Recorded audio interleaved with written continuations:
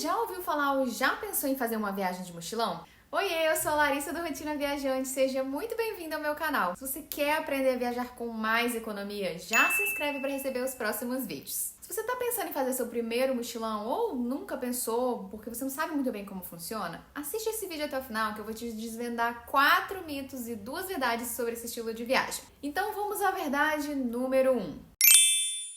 É uma viagem econômica. De fato, quando falamos em mochilão, pressupõe-se uma viagem de baixo custo. Todo mochileiro que se preze viaja gastando o mínimo possível, mas sem deixar de viver boas experiências. Porque a ideia de mochilar vai muito além da economia. É principalmente você viajar de forma independente, com simplicidade e liberdade, buscando sempre experiências mais imersivas e transformadoras. Isso está estritamente ligado ao desapego dos luxos, que também desmente uma visão equivocada que muita gente tem de que viajar é caro e precisa gastar muito dinheiro. Que me leva ao primeiro mito.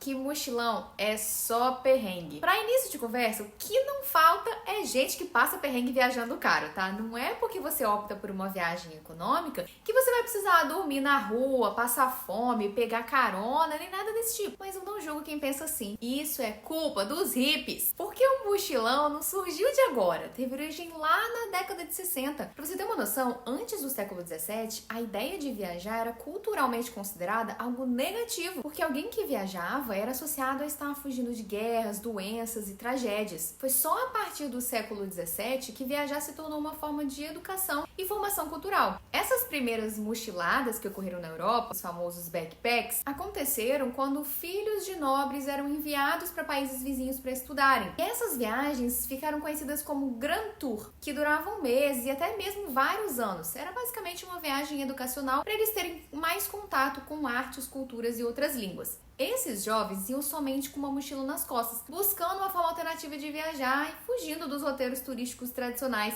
para viver experiências mais autênticas. Esse movimento foi só se popularizar nas décadas de 60, 70 com os hippies. Então juntaram europeus, americanos, australianos, neozelandeses que criaram a trilha hippie. Era uma rota entre a Europa e a Índia. E a cada lugar que eles iam, eles tendiam a passar mais tempo interagindo com a galera local do que os turistas tradicionais a passeio. Por isso que os mochileiros têm hoje mais essa pegada. O problema é que essa trilha hippie era vista como uma viagem de libertação, cheia de misticismo, paz e amor, e quase sempre um consumo de uns racistas aí da vida. Era uma viagem marcante e de baixo custo, que acabou influenciando milhares de ocidentais a fazerem o mesmo. E aí chegou pra gente essa imagem de mochileiro como sendo o riponga bicho grilo. Mas essa visão é uma visão arcaica do mochilão, porque muitas coisas mudaram de lá pra cá. Antigamente, qual que era o meio mais barato de se deslocar? Carona. Hoje a gente tem ônibus e voos low cost.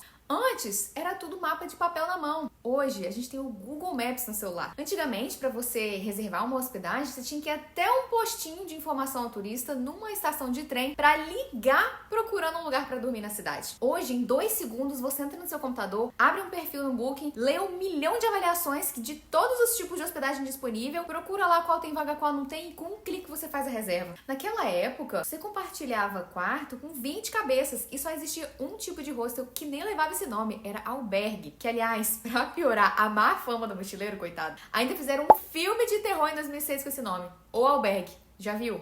Não vejo. Hoje em dia, você tem hostels design e Airbnb baratinhos. Tudo bem, temos que tirar o chapéu para esses caras, afinal eles abriram um caminho para esse tipo de aventura roots em terras desconhecidas. Mas você definitivamente não precisa passar pelo mesmo para mochilar para a Europa ou qualquer outro lugar do mundo e viver experiências também autênticas e enriquecedoras. Muito menos ser tão desapegado quanto eles a ponto de acreditar no próximo mito. Que você precisa largar tudo para mochilar pelo mundo. Não é porque existem mochileiros que estão anos aí vivendo na estrada que você precisa fazer o mesmo. Nem todo mochileiro é nômade e nem todo mochilão requer um ano sabático. Você pode muito bem fazer um mochilão nas suas férias. Eu, por exemplo, já fiz Eurotrips de 15 dias, já mochilei na Argentina por 18 dias, então ninguém precisa sair por aí pedindo demissão do emprego, largando o bidu pra trás e deixar as suculentas morrerem pra fazer uma viagem dessas, tá? A não ser que você queira. O que importa é saber que essa coisa de largar tudo é uma escolha e não um pré-requisito. Outra verdade sobre o mochilão é que costuma ser uma viagem multidestinos. Mochilar é você explorar ao máximo sua viagem, conhecendo diferentes cidades de um mesmo país ou de vários países e até mesmo em mais de um continente. Ir para Paris e voltar não é mochilão, é uma viagem tradicional. Mochilar é você chegar em Paris, ir para o interior da França, cruzar a fronteira com a Suíça e pegar um trem para a Itália. É desembarcar em Lima, pegar um voo para Cusco, conhecer Machu Picchu e acabar em La Paz. E por isso preciso desvendar para você o seguinte mito. O mochilão é improvisado. Muita gente tem essa percepção equivocada da flexibilidade do mochilão, de que basta você comprar uma passagem e ir decidindo as coisas no caminho, comprando um ônibus aqui e ali. Não. Muito pelo contrário. É justamente pela complexidade de decisões que você vai ter que tomar no caminho que você precisa se planejar. Não confunda flexibilidade com falta de planejamento. Até porque você precisa do planejamento para ter flexibilidade. Já percebeu que a gente fica igual barata tonta em casa ou no trabalho? Quando você não sabe o que tem que ser feito no dia, que você é muito mais produtivo quando você usa uma agenda, por exemplo, é cientificamente comprovado que riscar as tarefas de uma lista geram aquela sensação de realização, reduz a ansiedade e estresse e fazem o nosso tempo render mais. Com a viagem é a mesmíssima coisa. Principalmente para quem tem pouco tempo disponível e viaja em alta temporada, por exemplo, improvisar não faz o menor sentido. Tudo que é feito na hora ou em cima da hora numa viagem tem um custo maior, então você acaba pagando mais caro se não planeja com antecedência.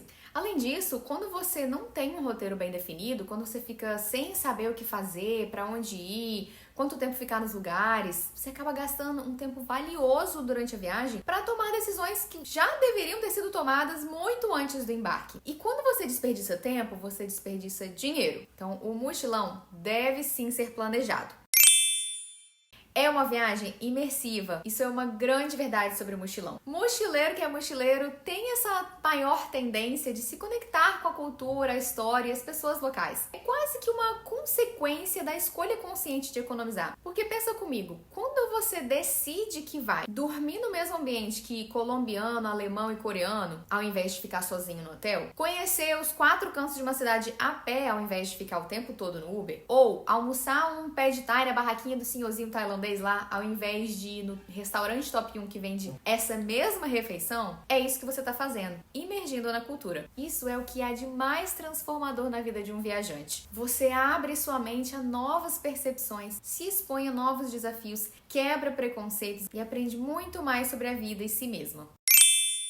O último mito é que você precisa de uma mochila para fazer um mochilão. Como assim, Larissa? Tá no nome. Eu sei, calma, vou me explicar. Realmente soa estranho você mochilar com uma mala de rodinha. Só que depois de tudo que eu falei aqui, acho que você conseguiu entender que o ato de mochilar é muito mais sobre um estado de espírito livre e desapegado. Viajar com uma mochila nas costas é como uma representação dessa liberdade. Demonstra que você consegue viver com pouco. Mas você também pode fazer isso com uma mala de bordo.